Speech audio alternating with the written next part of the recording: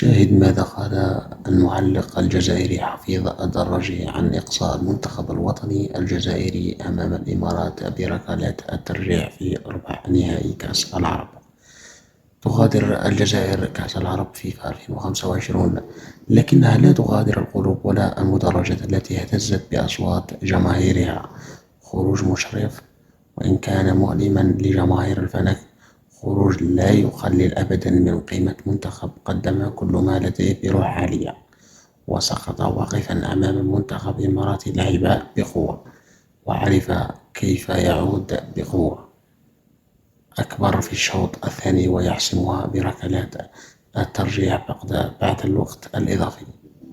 وأضاف قائلا: مبروك للأبيض الإماراتي على التأهل، وأما الجزائر فموعدها الحقيقي قادم، كأس إفريقيا في الطريق، وكأس العالم في الأفق، وجماهير لا تهزم، ورايا لا تنحني، والمنتخب سيعود أقوى بإذن الله.